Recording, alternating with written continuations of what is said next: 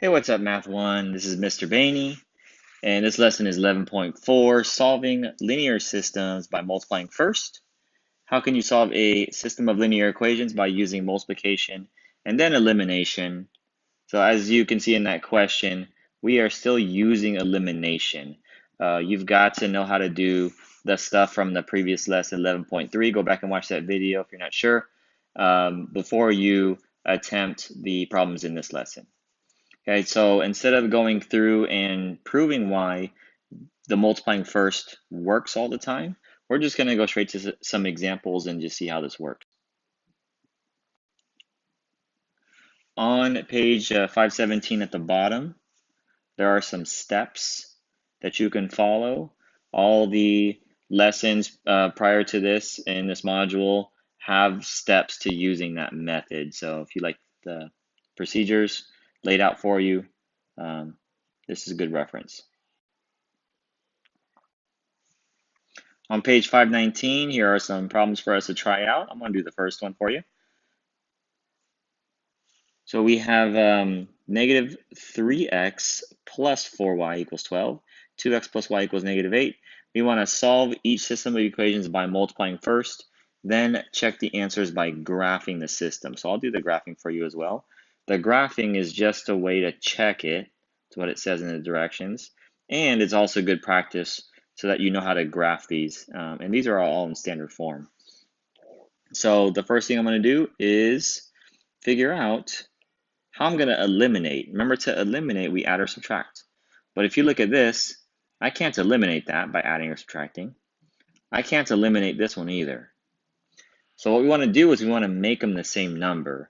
I'm going to use a property of equality called the multiplication property of equality. It means I can multiply any number I want to in an equation as long as I do it to both sides.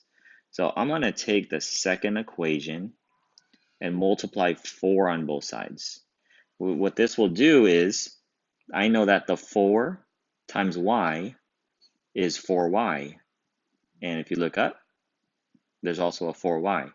So I want to eliminate the y's. That's my strategy here.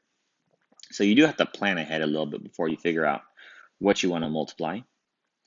And what that gives me is 8x plus 4y equals negative 32. So notice I multiplied everything there by 4. The first equation I'm going to keep the same. If I needed to multiply something on the first equation, I could have. Since I have a positive 4y and a positive 4y lined up, I know I have to subtract. I'm going to subtract everything. This gives me a 0 with my y terms. Negative 3x minus 8x is a negative 11x. And 12 minus negative 32 is like plus 32. That's going to give me 44. And dividing by a negative 11 gives me negative 4. And all that's left is to figure out our y value. So if x is negative 4, I'm going to use this equation. 2 times negative 4 plus y equals negative 8.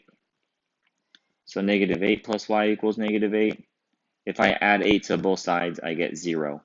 That means my solution, negative 4 comma 0, is where the lines are going to intersect. And that's this point here on the graph. So this is how we're going to check our answer. If we know it's going to intersect there, I can graph both lines and see if it does in fact intersect. So I'm going to go back to the equations. Let's erase what's around it. And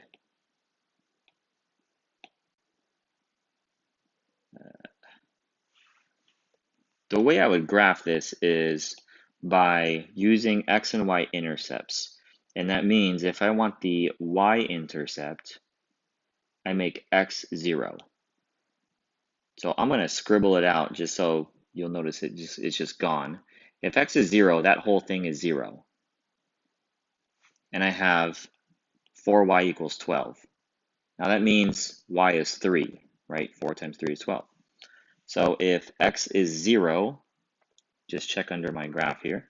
If x is 0, y is 3.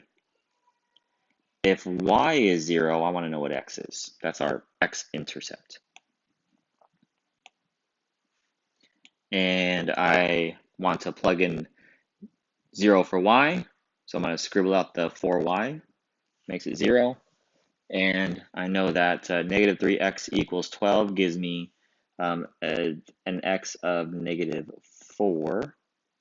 So negative 4 comma 0. So 0 comma 3 and negative 4 comma 0, I already have that point plotted.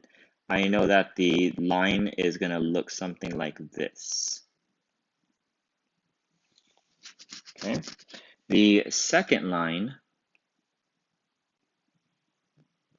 2x plus y equals negative 8, means that for the y-intercept, if I cross that out, y is negative 8, means that if x is 0, y is negative 8, that's my y-intercept. And that's going to be a bit of a problem for us, so we'll talk about that in a moment. And then my x-intercept, by making y equal to 0, I get 2x equals negative 8, and it makes it negative 4. Now that's good news because that's actually the same point that I got before. I already know that my line's going to go through negative 4 comma 0, but having to graph 0 comma negative 8, we're not going to be able to do. So I'm just going to show you that since negative 8 is way down here, where is this? 5, 6, 7, 8. So like way down here.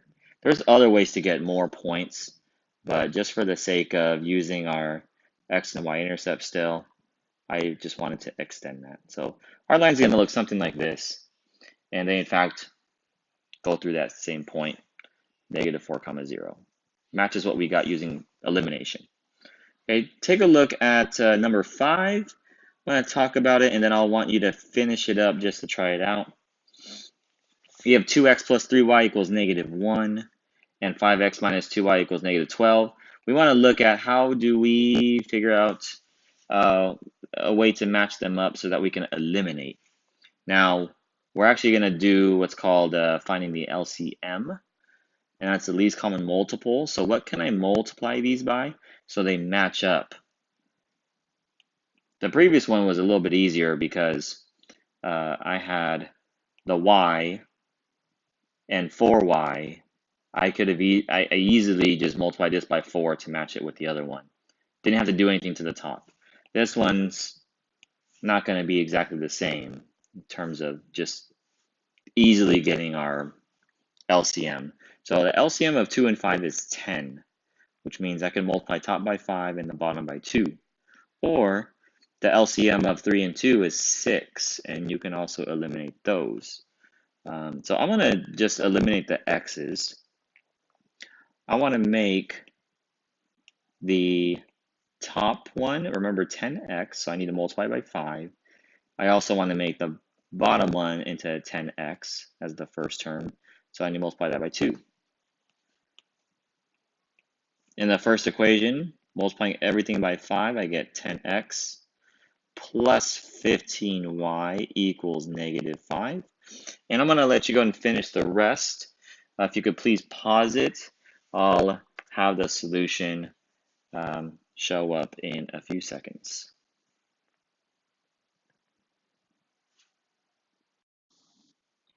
And here's the rest of the solution for number 5. I finished by multiplying the 2 on the second equation to get 10x minus 4y equals negative 24. Found out that I needed to subtract, and here we have minus and negative on both of these here, so be careful with that. I get my 0 right here. 19y equals 19 is what I get after I subtract everything straight down, and y is 1. I use the first equation to plug in my y equals 1, and then that gave me x equals negative 2. Then I went and graphed it. I graphed it as accurately as I could, and I ended up with those two lines. And it does intersect. I did as best I could. does intersect at -2, 1.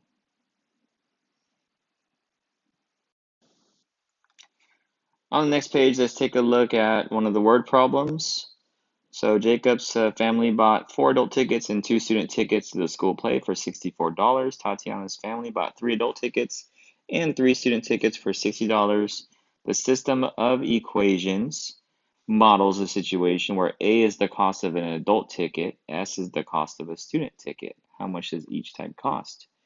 In this lesson, they still give you the system of equations here, but they go ahead and describe it for you so you can make sense of this. The 4A plus 2S equals 64. That means 4 adult tickets, 2 student tickets cost 64 bucks. The second one is 3 adult tickets, 3 student tickets cost $60. So I'm just going to figure out what I need to multiply first, and I'm going to write it down below. We can choose to eliminate the A's or the S's. One in this case is not going to be easier than the other. So let's say I want to eliminate the S's if I want to make those the same number. That means the LCM is 6. In order to get a 6, I would need to multiply the top one by 3 and the bottom one by 2, it looks like. So let's do that. And I'm going to write the result below. 3 times the whole first equation gives me 12a plus 6s is 192.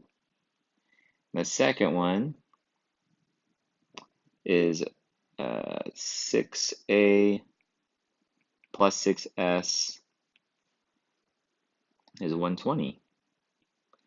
I'm going to subtract because I have a positive 6s and a positive 6s. I have to subtract those. I get 6a when I subtract the a's, and that's equal to 72. When I divide by 6 on both sides, that tells me that the price of each adult ticket is $12. And by plugging the $12 back into A, into any of my equations, I'll do the second one. 3 times 12 plus 3 times a student ticket is 60.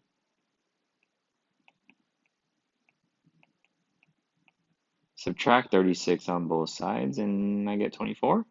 So S is 8. That means it's $8.